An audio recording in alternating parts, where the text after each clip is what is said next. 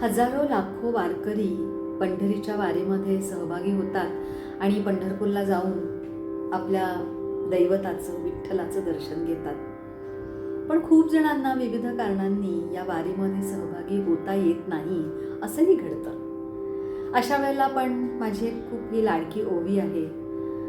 या गृहिणीनं अशी कल्पना केली आहे की जणू विठ्ठलच माझ्या दारी आलेला आहे आणि अगदी ठाम भक्ती असते तेव्हा भक्तांना असे अनुभव येतात सुद्धा.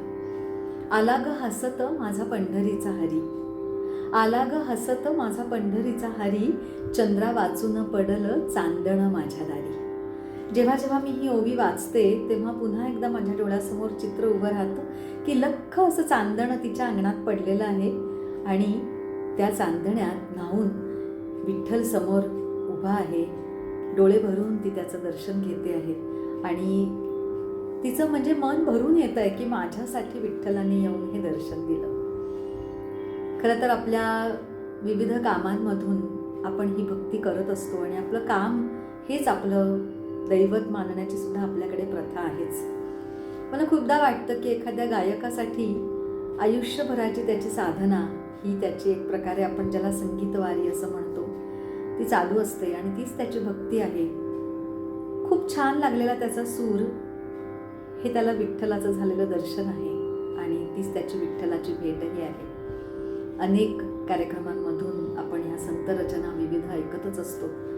मला खूप आवडलेली ही रचना आहे पांडुरंग कांती दिव्य तेज झळकती. भक्तीचं जे तेज या रचनेमध्ये आणि आशाताईंच्या गाण्यामध्ये प्रकट झालंय आणि अर्थात पंडितजींची चाल आहे. ही ज्ञानेश्वर माऊलींची ही रचना आहे. पांडुरंग कांती दिव्य तेज झळकती, रत्न किळ फाकती प्रभा, अगणित लावण्य तेज पुंजाळले, नवर्णवे तिची शोभा, कानडाव विठ्ठलू करनाटकू, तेणे मज लावियला वेधू, खोळ बुंथी घेऊनी खुणाची पालवी, आळविल्या मी साधू, कानडाव विठ्ठलू करनाटकू, तेणे मज लावियला वेधू. शब्दे विण संवादू दुजे विण अनुवादू, शब्दे विण संवादू दुजे विण अनुवादू, हे तव कैसे निगमे परिहि परते, बोलणे खुंटले वैखरी कैसे निसांगे, वैखरी कैसे निसांगे, कानडाव विठ्ठलू करनाटकू, तेणे मज लावियला वेधू.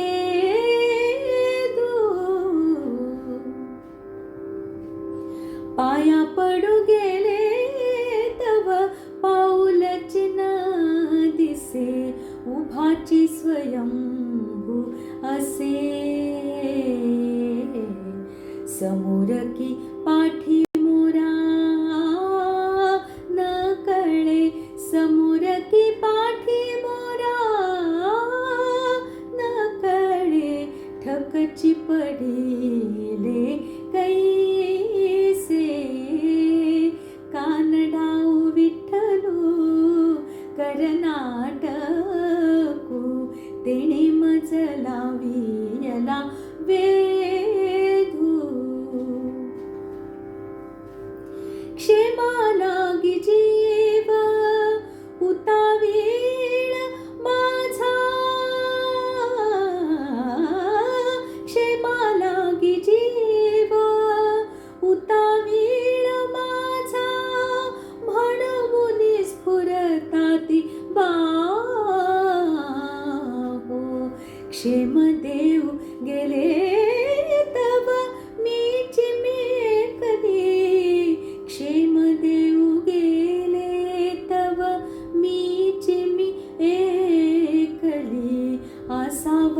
जीव राहो, कानडाव विठ्ठलू कर्नाटकी